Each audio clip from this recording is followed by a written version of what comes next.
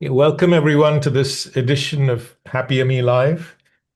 And today we're going to be talking about something which everybody wants, every human being wants, which is to be happier. Mhm. My guest to explore this with me today is Jackie Woodside. Jackie is an executive coach and based in Boston in the United States. So, Jackie, welcome. Thank you so much. It's really lovely to be here with you. And I'd also like to welcome our guests from around the world, all the way from India, Iran, Germany, the United States, and of course the UK. Why do you think we should bother asking that question, Jackie? Asking which question? How to Why be happy? why should we want to be, why should we want to train our minds to be happier? Yeah. Well, I mean, it's such an important question. First of all, I think people have to grapple with the notion that you actually can and have the ability to train your mind. Yes, Like, let's start there. Why should we want to engage in training our minds? yes, So I'll start there, and I would say because that's the most important thing you will ever learn. yes, Most important thing you will ever learn. Like you're either going to train your mind to serve you, or you're going to be lived by the machinations and proclivities of your neurological happenings that are yes, untrained, the unconditioned mind, the unconditioned consciousness. yes, And for those of you who enjoy neurology, you know there's something called the negativity bias. You are literally programmed to watch out for bad things, to notice bad things, to complain about things not going your way. Anyone relate to that? yes, Yeah, all right. Like how we complain about the weather, we complain about stupid things that we can't control. So that's the way that your mind is just going to operate. That's its default patterning, is to notice what's bad, wrong, missing, or broken. And you literally can train. And so how pleasant is that, right? Your default conditioning is relatively unpleasant, neutral to unpleasant.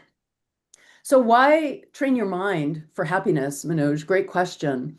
Because otherwise, so first of all, it's because that's why you're here, is to grow in consciousness, meaning elevate your inner world experience from misery and despair and anger and resignation and frustration and all that whole lower vibration emotion. You are literally here as a human being to learn how to grow in your energetic consciousness, to grow in your thoughts and emotions out of these lower automatic human states into states of happiness, peace, transcendence, equanimity, unconditional love. That's why you're here. yes. So, So, Jackie, you why said have something really important, which is that nobody thinks, or very few people think, that it's possible to train our mind to be happier. And the yeah. reason it's important is because unhappiness is everywhere.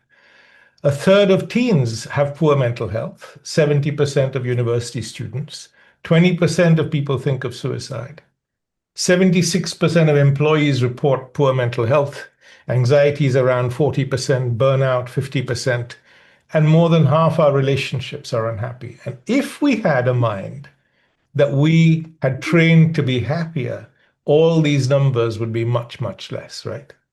Oh, 100%. One of my impossible promises for life, a promise that I won't be able to complete in my lifetime, is to create a world where love prevails. And it's hard to create a world where love prevails with miserable and unhappy people at the helm. Yes. Yes. And it, Yeah. of course, impacts our relationships, right? Who wants to live with an unhappy person? Your relationships will suffer. But beyond our own happiness, it also impacts our health because long-term stress, as you know, shortens the a small cap at the end of our DNA called a telomere, and that can shorten our lifespan. It impacts our immune system. We become more prone to disease. And of course, unhappy people are more prone to addiction, right? Because Mm. you want to numb that pain by drinking alcohol or taking drugs and all of that. Yeah, or spending money or using internet pornography or internet gaming. The biggest businesses in our world today are all businesses that are numbing. Yes, yes, They're yeah, businesses that are numbing, whether it's online stuff, social media, internet pornography, online gaming. These are the biggest industries dollars wise. People are spending the majority of their money numbing themselves. What does that tell you about our current culture and our current condition? that people are, as you said, largely unhappy. And because this conversation, that there's actually something you can do about it, actively help your own inner condition, because that is not a mainstream conversation. People are being spoon-fed, do this to feel better. Yes. Use this substance. Gosh, THC being everywhere. THC infused rosemary olive oil or something is something I saw at Thanksgiving time. I'm like, you're kidding me. But, Yes. Yes. Okay. So so my the next numbing, question, the numbing in Jackie. our culture is No, no, huge. you're absolutely right. So we're unhappy. We want to escape from that unhappiness, so we numb our mind in some way. And then that creates this whole cycle of negativity. And of course, then it impacts our relationships. So it's a vicious cycle. But what is happiness? If you ask the average person, what are the things that make you happy? They're all the things that bring pleasure, right? Now, is pleasure happiness or one form of happiness, perhaps? Yeah. It's really such an important point, Manoj, that again, I think until people develop more of a inward turn, uh, yes, people will pursue what quote unquote makes you happy. Hmm. Well, I'm happy when I have a week's vacation, or I'm happy when I have a day off, or I'm happy when I can binge watch my Netflix show, or whatever. People are chasing these external conditions in order to feel a certain way. Yes. They need to have this in order to be this. Yes. What people don't understand is that it's actually the complete opposite of that. Being happy is a state and a condition that you want to develop and bring to your outer circumstances. Yes. One of the things I like to teach in my programs is that I can promise you that life will always give you one thing. It will give you circumstances. Whether or not you have problems depends on the level of consciousness that you bring to the circumstances. An unhappy person sees problems everywhere. Hmm. They see Yes. problems with the weather and the economy and the political system and their spouse and their kids. Like they're just going to see problems because their overall worldview, or what I call level of consciousness, is filled with negativity. Yes. Absolutely right. So one aspect of happiness, and we don't want to, by the way, decry a good meal out or a holiday or buying something, but we're just saying that that makes you dependent on that. So I remember a university student who told me, I'll be happy when I go on this 1 year gap year, to Australia. And I said, what are you going to do between now and next year? Are you going to be Right, right. miserable? Be miserable. Right, right. Exactly. Yeah, So yeah. we postpone our happiness. And again, because we think it's based on what happens outside. And what you and I are talking about, and the message we want to give is happiness is an inside job and it can be yours today. And we're going to explore how. Okay. But what about happiness being peace? The other way of looking at happiness is a feeling of peace. Do you want to talk about that? Sure. I think first of all, I think happiness is vastly misunderstood. Hmm. Uh, it doesn't mean you're like walking around, dancing and singing and jumping and skipping. It means a sense of inner wellness, a sense of contentment, a sense of all is right with the world. Yes. It's feeling contained in your own sense of identity. Contained meaning held. You feel held by life rather than fighting against life. And you develop that through having a clear sense of self, of who you are, what you value, and what you're here to bring and contribute to life. Yes. And then you design your life to fulfill that. Yes. I know who I am. I know what I value. I know what I'm here to contribute in life. And oh, by the way, that's what I'm going to get busy doing is Yes. being that contribution to life. When you get busy about being your authentic self, all of the other stuff seems to take care of itself. Yes. So there are two really different definitions of happiness. There's a popular one, which means it comes from the outside based on what you buy and experience and how important you are and all of those achievement based things. But all of them bring pleasure, which lasts 5 minutes, and then you feel Right, empty again, right? You right, need the exactly. new phone becomes the old phone and so on. Yeah. But what There's you and I actually are really talking about is contentment, which is the sense of peace, where everything feels right with the Yeah. world. Yeah. Okay. There's really good research around that by Ben Tal-Shahar from Harvard in his course called Happier, that people are happier in pursuit of meaningful goals than after the time they have accomplished them. Hmm. There's a brief uptick in happiness after you accomplish a goal, very brief, and then you go back to baseline very quickly. But people are happier when they are pursuing meaningful goals, Yes. which tells me that happiness is a byproduct of meaning. Happiness is a byproduct of a meaningful life. Yes.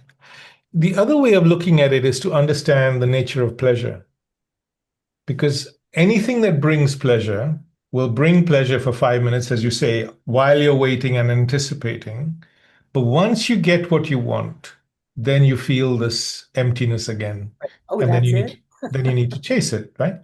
But Yeah. the emptiness you feel is proportionate to the amount of pleasure you've had. So if you've been an Olympic, athlete number one on the podium, the crash you experience afterwards is much greater than, just buy a phone and it becomes an old phone in a week's time, for example.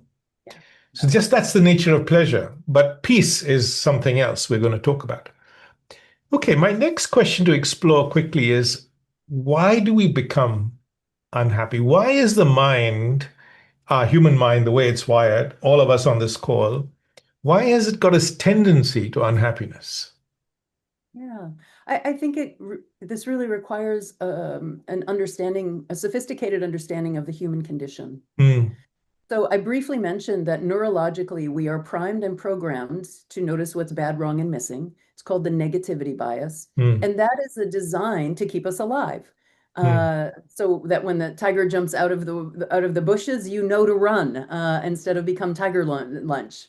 So you're constantly a little bit like on the lookout. It's neurological programming that's outdated. We don't really have things jumping out of the bushes, to attack us these days, but that neurological programming hasn't upgraded itself.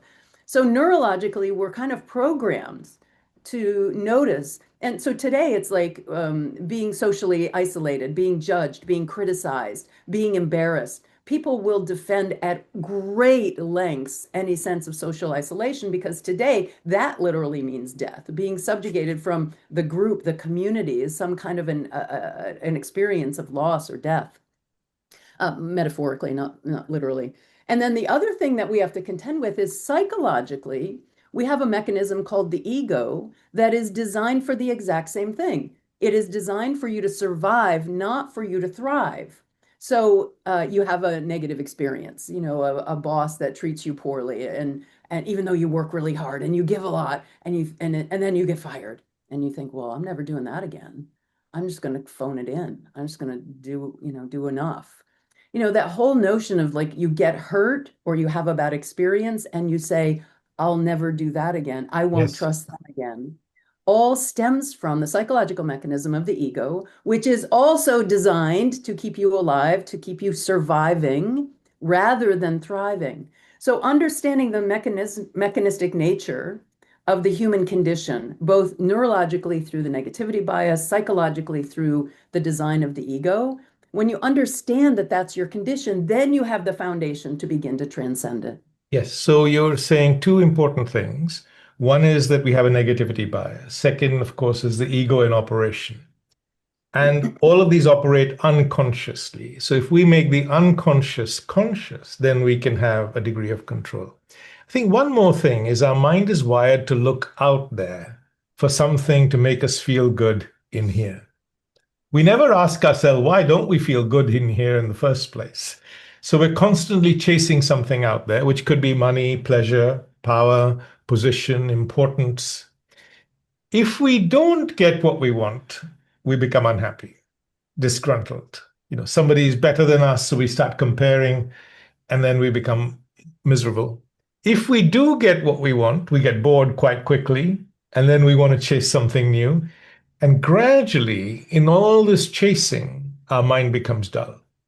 So no matter what you buy, then just doesn't give you the same kick that it did anymore. And then you start needing to numb the pain. So three things that are going on in the background that can contribute to our own unhappiness. Okay. I wanted to now move on to talk about the five hidden patterns of thinking or the drivers that can make us unhappy. And we've started with one, which was the negative mindset, and you focused on that. That, but do you think it can be rewired, Jackie? Oh Can yeah, I mean we that's the rewire our negative mindset, and how can yeah. we do that?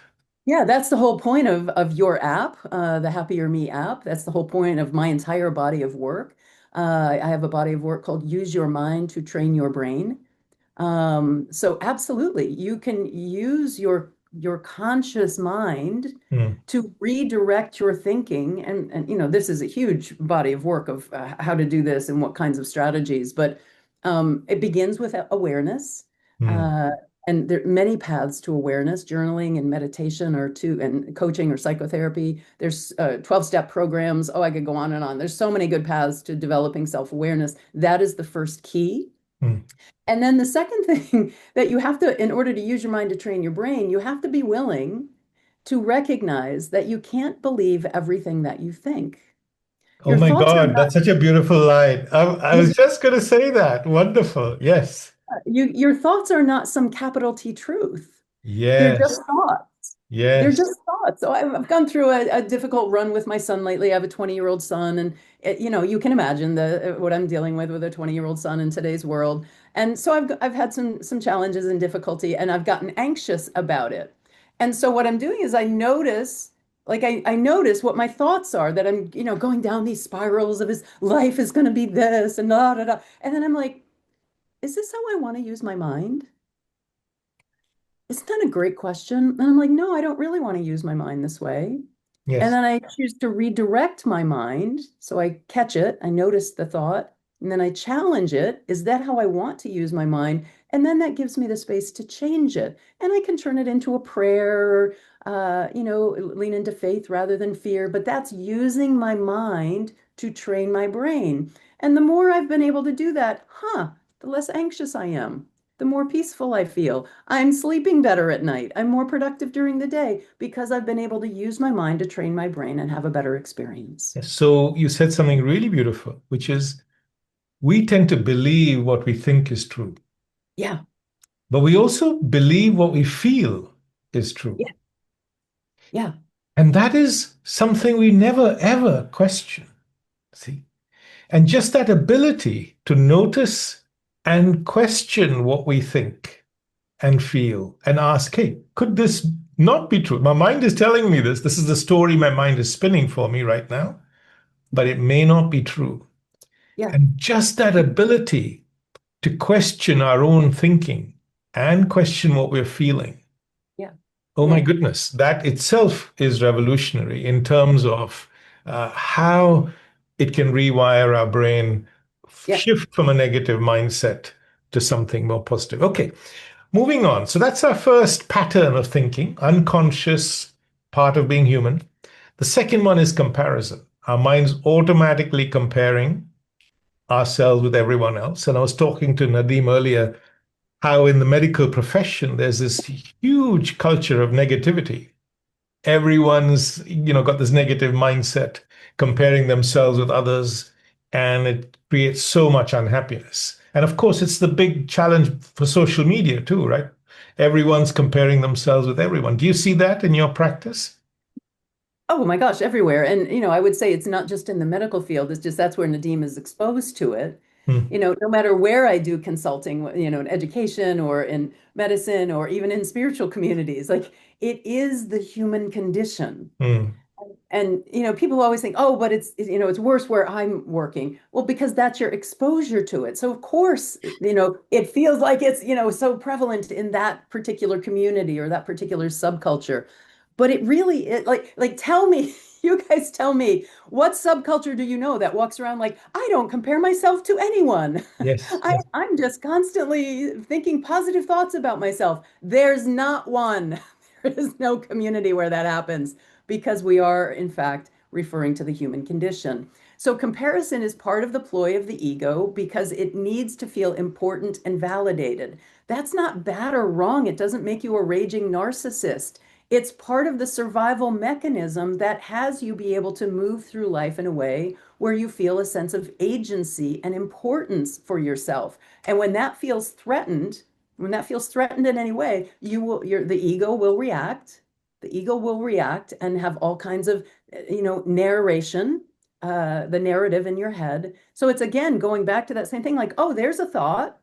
There's a thought. I'm comparing myself. Wow, I haven't created an app platform like Manoj did. What's wrong with me? Look at him. He's like got all that going on. And then I can just catch that, like, oh gosh, there it is again. It's so funny. You've been doing that since you were 10 years old. Can you get any Yes. more creative than So that? I work with children, Jackie, and I'll tell you a beautiful story. So I'm working with these kids, and I say, what does social media make you feel? They're 13-year-olds, by the way. And they say it makes me feel less than others. I hate my body. I hate others who are better than me. I think, why should I bother with maths, for example, because others are better and so on. I said, how can a phone make you feel all that? And eventually I tease out of them that, their mind's comparing, but they're not aware of it. So then I asked this question. I said, how would your life change if you compared yourself with others only when it served you? Because now you're aware this is happening. And this 13-year-old girl, Jackie, told me I would be free. Yeah. Yeah. Wow. So when we can share this wisdom with others and we see it clearly for ourselves, it can be transformative. And that's why this deeper self understanding can prevent problems before they occur. See, why do you have to go through all your life and then learn at the end of it that, oh, I've suffered because my mind has been comparing all the time? Whereas if we could bring this understanding into education, then you're free all your life. You see, you don't do that. Yeah. Yeah, the mind is still going to compare, but when you have the ability to observe, like, oh, there it is again. That's what the mind does. The mind is designed to have thoughts, and Yes. the ego is designed to keep you safe. So all of that is going to result in those kinds of experiences. But when you know that, not like it's bad or wrong or something's limited in me, just like, oh, there it is again, it gives you so much power to be able to transform it. Yes. Okay. So my third pattern that is part of the human condition is that we tend to take what we have for granted, don't we? We overlook what we already have, and we're always looking for the new, for stimulation, just to cover over our own feeling of emptiness or inner boredom, whatever it might be. And look around, all the things you bought last year with great excitement, you just don't even notice them anymore. Um, and just waking up to that and being grateful could be Yeah. transformative in terms of our own happiness. I would say an untrained consciousness takes everything for granted, Yeah. which is why your app and my body of work are so important because when you can train your consciousness, you literally can live inside of the experience of gratitude for everything. Hmm. And instead of, I'll just take my house, for example. I've lived in this house for 25 years. It's a lake house in central Massachusetts. And I love this house. I love this house. And I remember 20 years ago, like raking leaves one fall afternoon. And my friend called me and he's like, what are you doing? I was like, oh, I'm raking leaves. I'm like so happy to be out here taking care of my yard. He's like, oh, that'll pass. You're going to get so sick of that. And I was like, I don't think so. Yeah. And this year, 20 years later, I was out there raking leaves and my friend called and he's like, what are you doing? I was like, I'm raking leaves and I'm still happy about it. Yes. That is a conditioned consciousness. Yes. That is a condition. And I want to just add here, I have recovered from a long, long history of chronic depression. So I didn't come out of the chute this way. I wasn't born one of the happy ones. I had to really, really work and navigate my psychology, my neurology, and my consciousness in order to experience life this way. The other So day I I'm was living out proof for that it's possible. sorry, Jackie. Yeah. I'm living proof that it's possible. It's possible, yes, to rewire your mind. The other day I was walking with my son, and the sun was out, and there was a beautiful tree, and all the leaves were full of that light. And, it was just spectacularly beautiful. I said, do you notice that? And he hadn't seen it at all, hadn't noticed. I said, life is giving us a free lunch all the time, every day. But our mind is just not trained to notice the beauty in our lives. And just the simple act of noticing, firstly, that my mind takes what it has for granted, takes the people for granted, takes my health for granted, you know, all of that can then bring this attitude of gratitude, if you like. And then Yeah. that can transform our well-being content. Yeah. Yeah. The lived experience of appreciation. Yes. Okay. The next one is this is particularly true for young people, I think, is the need for external approval causes so much unhappiness. I once asked a young teenager from Texas, I said, how much of your unhappiness comes from thinking about what other people are thinking about you? And she said almost 80% of her unhappiness and stress came from just that simple thing, worrying about what others are thinking. Why do you think we have this need for external approval? And what do you think we could do about it? No, I don't know that it's only young people that have that. I mean, maybe we get more aware of it. Maybe it has less hold over us. But I think in general, nobody wakes up in the morning thinking, oh, I just hope I'm proven wrong about something today. You know, the psychological mechanism of the ego needs to feel safe.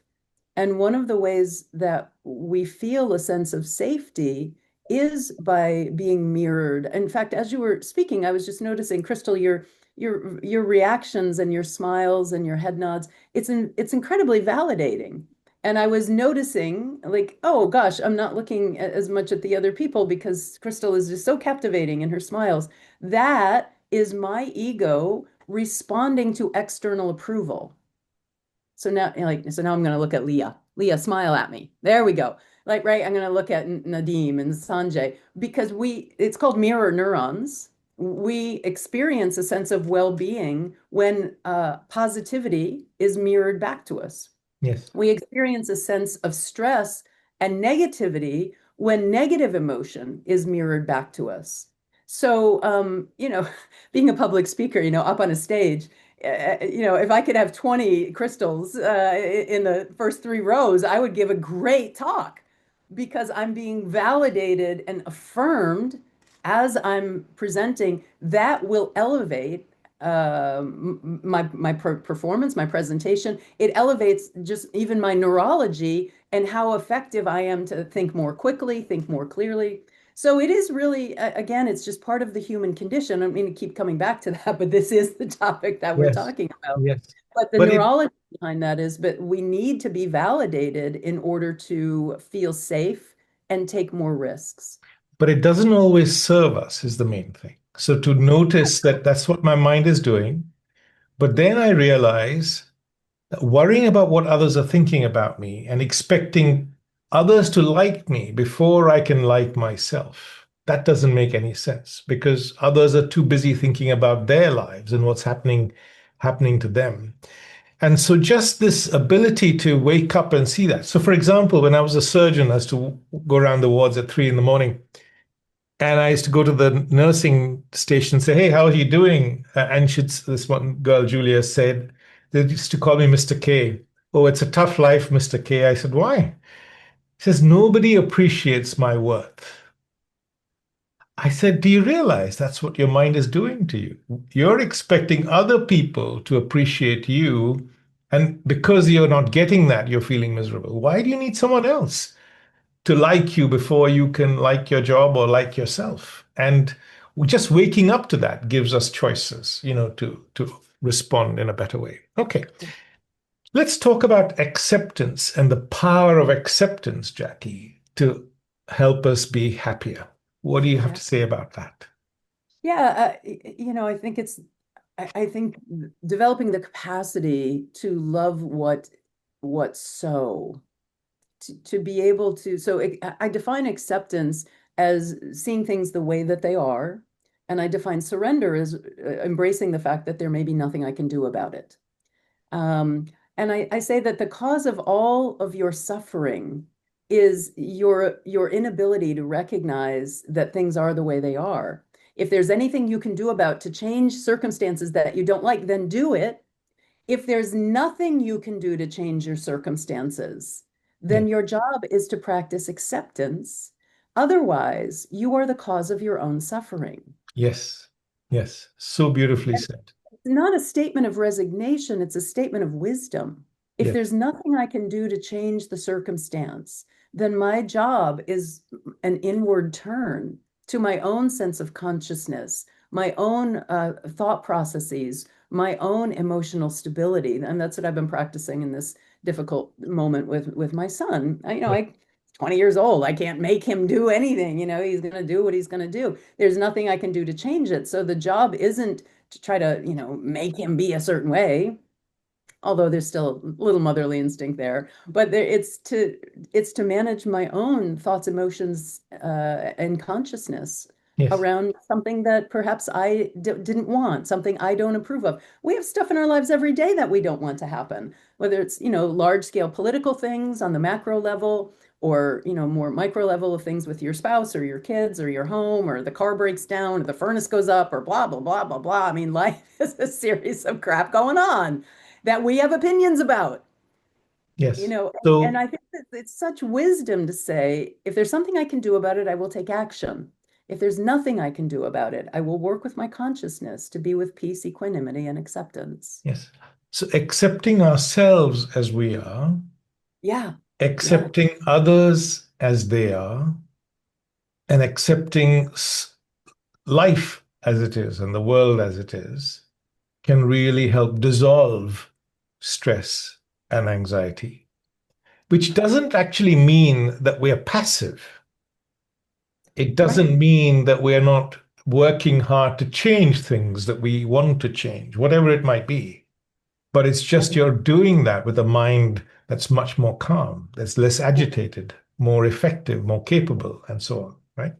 That's such an important point. When your nervous system is fried, you will not be able to move toward acceptance. So, Yeah. and just very simple things you can do to bring your nervous system back online. Just, 3 conscious breaths, 1 conscious breath, a minute of meditation, uh, simple things. Just lightly rubbing your forearms for 30 seconds while you breathe consciously. These things help you regulate your nervous system so that you can use your higher functional thinking of wisdom rather than the reactivity of your psychology, and bring yourself to greater peace. Yes. And of course, it could transform our relationships, right? Well, it will, Because I love this 100%. line you said when we first spoke, which is let people be who they are I because was they're just going to thinking be that. that anyway. Yeah. That was what I was just thinking. My favorite coaching mantra: let people be who they are because they're going to be anyway, including yourself. Yes, And yes. that's not a statement of resignation. It is a statement of acceptance. And it's People are the way wisdom. they are. It is wisdom. People Yes, are the way they are. They really don't care about your opinion about the way they are. In yes, fact, the more you express your opinion, they will probably get more entrenched in the way that they are. they Have are. you ever noticed? Yes, yes, yes. Funny how that So, works. so the things we're talking about are really common sense, but they're hidden from our own awareness and understanding. And just turning that spotlight inwards and noticing what our mind is doing allows us to live with greater clarity, wisdom, and so on. And that's really the work we're doing with HappierMe. So I'm going to take a minute and just show people, and then, of course, you can browse it at your leisure later. So this is the HappierMe app. It's for adults here, and in the menu on the top right, you can find the app for teenagers. Let me just get rid of a few windows here. Yeah, there you go. So it starts with the Feel Better Now section. So say you're suffering from anxiety, we'll give you some things to help you regulate how you're feeling. So a breathing exercise, a video, a podcast. But then where we're different is we take people deeper to understand the root cause of anxiety, which is actually our imagination playing up. It's our own mind that creates our anxiety. So that's the Feel Better Now. We have 10 topics inside the app, which are based on self understanding and self awareness. So, mental well being is one. So, let me show you that. So, there's short videos, a Feel Better Now section, life stories, guided journaling, because it's the question that brings the deeper change. deeper modules on breathing, stress, anxiety, depression, all of that. A whole library of podcasts on different subjects, and and and it goes on. We've got about 150 podcasts now, guided meditations and blogs.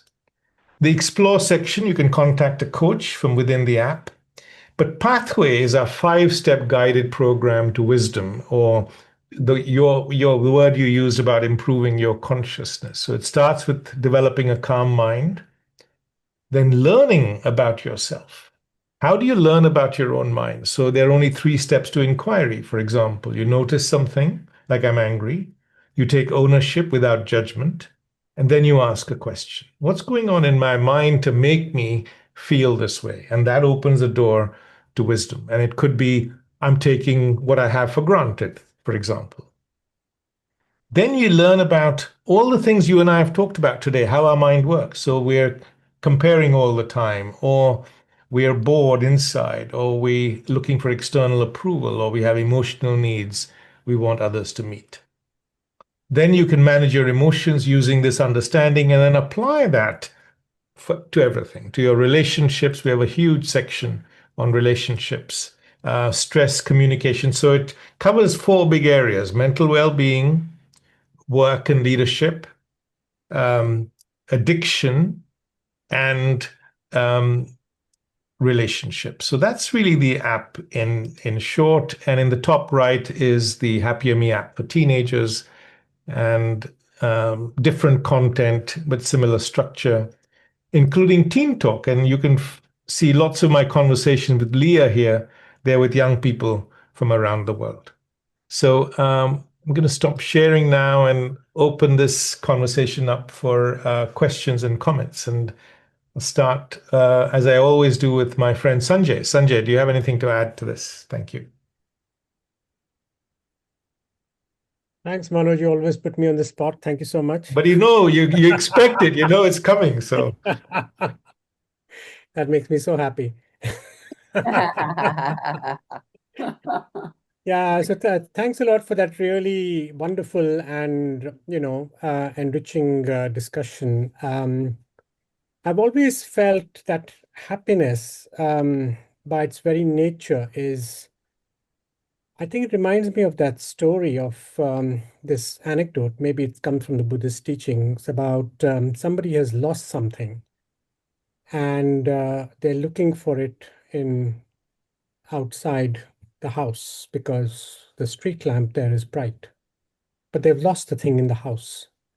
So you lost something inside, but you're looking at it outside because the light is shining much better outside.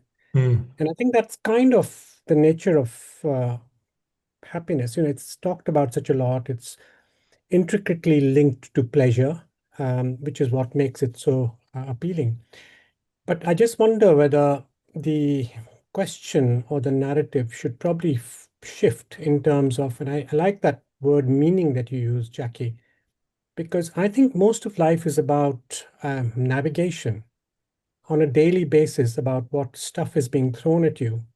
And in the morning, you can read a book about happiness, and through the day, you just make choices and decisions based on how your brain is reacting. So yes, I think you can train your mind to look at things in a certain way and not believe the stories that your mind is telling you.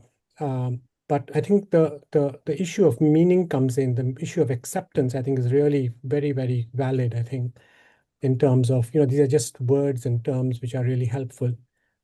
But I have a little bit of difficulty with goals, because I do believe that, talking about happiness and talking about goals and how to train your mind to be happier kind of presupposes that you are trying to arrive somewhere which is out there, whereas actually it's very, very close to home. It is, as Manoj said, it's uncovering the subconscious or the unconscious.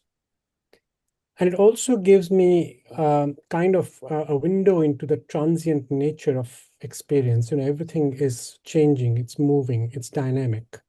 So anything that you decide in terms of this is the way I'm going to be happy is probably, irrelevant within a few minutes or a few hours, because it no longer works. So, I mean, these are kind of my rambling thoughts about happiness, some of it because of the conversation today, some of it things that I've been thinking about. So I think holding on to things, the attachment to ideas, the attachment to the idea of happiness, the attachment to, and also the attachment to the fact that I think I understand this, means that awareness has been kind of put away into the background. So I like the word awareness because I think it keeps you on your toes. It says, okay, I think, and thank you very much, Jackie, for sharing that experience with your son, which is not an easy thing to do. But I think it makes it so much more alive that, you're not just telling people this is the way to do it. You are saying you are living it. Yeah. And we're all living it. We may admit it to others, we may not even admit it to ourselves, but we're all grappling with stuff on a daily basis, which is why, and what really helps me and what really, going back to the word calm and peaceful, is the fact that I can accept that my reality is transient. Okay. It's shifting, it's changing. I have an opportunity to, if I wasn't happy today, I have an opportunity to be happy tomorrow. Okay, that's a great thing. That's such a great line, Sanjay, that our unhappiness is transient, right? So is our happiness. Just to look at both of them and realize that actually they're going to be transient. Nadine, do you have anything to offer us? The reason I'm here, I think, is I realized that as I've grown professionally, the one piece that I haven't really paid attention is to my personal growth and personal understanding. And, I've come to that realization that that part of me is equally as important as what I've achieved kind of professionally and academically. And, to a certain extent, even personally. And I'm interested in hearing what your thoughts are, the two of you, around the role of religion and the peace that people find in that, either positive or negative. So those are my rambling thoughts. Thank you. Jackie, do you want to take that question about religion, maybe, and as a source of peace and happiness? Yeah, sure. Yeah, Nadeem, I definitely have a strong spiritual background, and acceptance and surrender is in my philosophy. I'm accepting and surrendering to something larger than myself.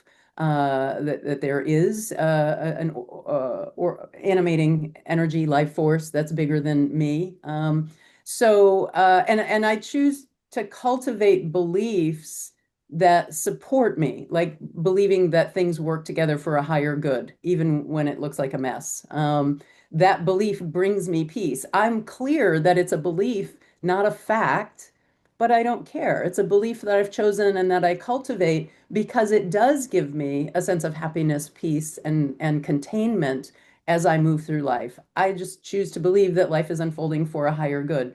Maybe not necessarily my private good, but I also believe there is no private good. So yeah, certainly spirituality and religion. I mean, I do attend a spiritual center, a Unity spiritual center, which is a metaphysical interpretation of of Christian theology. So I do attend Unity services, and I would say that my faith, my religion, is central to my thoughts about using your mind to train your brain. That we do have access to a higher mind that is beyond my yama local ego mind. So, Nadeem, I really appreciated one thing you said, which is that you've, like all of us, so many of us, have gone through all your professional life with all your achievements, but not given the same attention to your own personal growth. And what we're trying to do with HappierMe is give people the tools to do both together. So that from when you're a young person, say your students at Tufts, they have this skill that's taught to them. So they don't discover this, at the end of their professional lives, but it's woven into their training. And so they can be happy all the way they're growing in their professional field. So their happiness doesn't depend on everything that happens outside, their money and power and position. Every day they can be kind of happy. And to your spiritual question, like you, I'm not religious. And I think the simple fact of acceptance is common sense. If you can't change something, you realize stress is just the difference between how things are and how you want them to be. And if you can accept things as they are, just ask yourself, can I accept things as they are? 90% of the time you can. You can't change people's opinions, beliefs, the state of the world, and so on. So I think acceptance plays a really big role. Okay. I was thinking a lot about taking things for granted because I feel like I tend to do that a lot in my life. Um, and I also was thinking too, like even if you know the tools and all the right mindsets to make you happier, it's about implementing them. Yes. Like it's really action based. I think it's like going to the gym for your brain. Right. Like It is. Yes. And what about journaling, Leah? You remember you used the guided journaling in the app, and you really liked that. What do you think about the value of journaling in this area? yeah, I feel like it's a good way to just get all of your thoughts out. Um, just I like to just like write down everything that I'm thinking, even if it's like just like rambling. Um, and I find that the app is like really helpful because sometimes it's hard to know even where to start. So it can really like focus what you want to Yeah, work because we through. keep asking you questions as you go along, right? So Yeah. it's the guided journaling, I think. And that's one of the things I've learned is that information doesn't bring transformation. It's the self-reflection that brings transformation, or the self-awareness piece that starts bringing the change. So you can read all the books on happiness, nothing changes. But as you start learning about your own mind, like noticing, oh, my mind's taking things for granted, oh, my mind's comparing, as Jackie said, it's that awareness in the moment that starts bringing this deeper change. It's Okay, Sanjay, you had a thought or a Yeah, comment? just a corollary to that, Manoj. I think you and I have discussed this previously. I think one barometer that I use is my actions. Yes, yes, So rather than listening to this incessant chatter of the stories that my mind is telling me, which are, fiction mostly, I think we just need to become sensitive to what are we actually doing? What is the action? So if you are, I don't know, you can say that you've decided, I don't know, increase the amount of protein in your diet, and you've been thinking about that for a month. Okay, that's a story. But when you actually do it, then it becomes, then it becomes a little closer to what is actually going on. yes. Okay. Crystal, do you have anything to share with us? This has been just amazing. I have a slight cold, so ignore my voice. But just listening to everyone talk and thinking about happiness and cultivating happiness, journaling is amazing for me. But I also really think about training your mind. It really is training your mind. And I think about my life and how I'm a 5-time combat veteran, and I'm going through something with my brother and my mother. My brother is actually in prison right now for allegedly killing my mother. But I can sit here, this happened in September, but I can sit here and cultivate happiness because I have acceptance and I have a knowledge of being happy and cultivating happiness, accepting what is, and then working towards the future and not worrying so much about the past.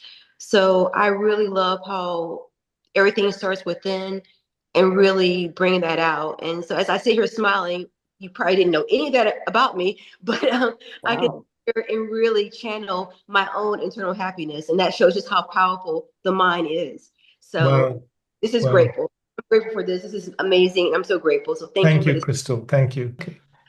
First of all, I wanted to applaud what you just said to your kids that work on yourself. Thank you. Very few parents will tell their children, work on yourself. Most of them will say, oh, go and achieve this and get the best marks and, whatever it is.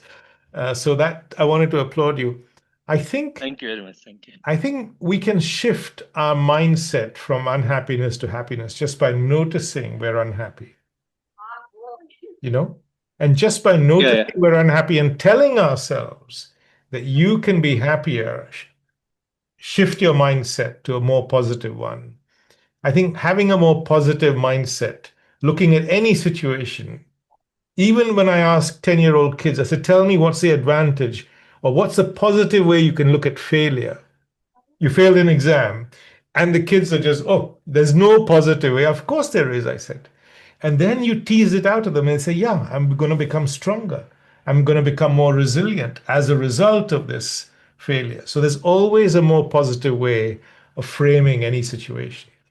Um, Jackie, any thoughts on that? How Yeah, Roger, Dr. shift from Roger. unhappiness to Yeah, happiness?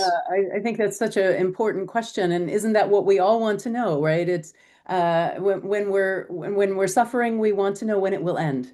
When we're unhappy, we want to know when we will come back to a place of stasis or happiness. And I don't mean to give a nebulous answer, but I would say it depends. I do think allowing yourself to feel the unhappiness accelerates its movement and processing through you versus numbing it with whatever places people numb it. Allow yourself to feel the unhappiness.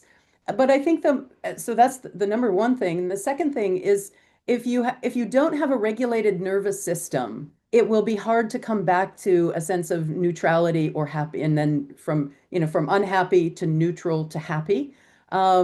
When your nervous system is dysregulated, either through anxiety or grief or uncertainty of some kind, which is generally anxiety, it's generally, those are the two states, right? Anxious about the future or grieving over the past.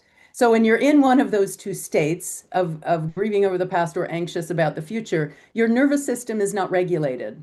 So the first thing that you want to do is regulate your nervous system. And you can simply do that by taking 3 deep breaths. I mentioned meditation earlier, and I want to just add to that. I don't mean quieting your mind. I actually mean sitting for 1 minute and observing the contents of your mind. People think, oh, I can't meditate. I can't quiet your mind. Yes, exactly. That's why we call it a practice. You can't quiet your mind. That's the whole point. The goal of meditation at the beginning is to observe the hot mess that your mind actually is. So when you're unhappy, I would say take 2 or 3 deep breaths. That neurologically will bring you to a sense of stasis, will help regulate your frayed nervous system. Breathe, and then just set a timer. Set a timer for 1 minute and observe the content of your thoughts. And then at the end of that minute, simply reminding yourself, those thoughts are not true. And they only define me to the degree to which I allow them to. And then at that point, you can choose a higher thought, or you can just kind of go on with your day. But that simple practice 2 or 3 times throughout the day will regulate your nervous system and help either the grief or the anxiety to process through you more quickly. Jackie, that's beautifully said. Thank you. Thank you. Thank you very much. Thank you. That's You're appreciate. so welcome. I'm so glad that you're here. And Dr. Raju, I also told my son his entire life, the most important thing you will ever learn is how to manage your inner world of behavior thoughts, because that's what determines your actions. So I was in that same camp. And, poor kid, he'll pay some therapist someday because he grew up hearing that. Thank you. Crystal, you raised your hand. Go ahead. Yeah, something Jackie said resonated with me. I allow myself to feel all my feels, no matter good, bad, or indifferent. Yeah. I sit in it, feel it, and then process it. And that allows me to get back to a state of being content or peace that allows me to cultivate the happiness I'm looking for. Yeah. Yes. The truth about any emotion is if you allow it to be there, it processes through your nervous system in about 90 seconds. 1.5 to 2 minutes. And the negative feeling, the anxious feeling, if you simply allow it, like, oh, there's that anxious feeling again, and you feel it and you allow it, it won't last. It will process through your nervous system. That's the way that we're designed. Yes. So it's really, Crystal, brilliant that you've gotten to the point where you're not afraid of your emotions. You're not trying to numb your emotions. You're simply allowing them to be there because they do pass. And there's such great beauty in what you both have just said. Because if you can use your breath, the simple act of breathing, and there's so many breathing exercises in the app you can follow, to stay with the sensation of the emotion. It comes and passes. The alternative is you resist it, you fight it, it gets buried, or you numb it, you try to escape from it, and your addiction is waiting for you, around the corner. And so, or past trauma rises, even if a past trauma feeling rises, treat it in the same way. Just let it be, flow through you, and it's done. So the simple act of staying with a powerful emotion can be so healing, Jackie. It's beautiful. So thank you for sharing that. Yeah.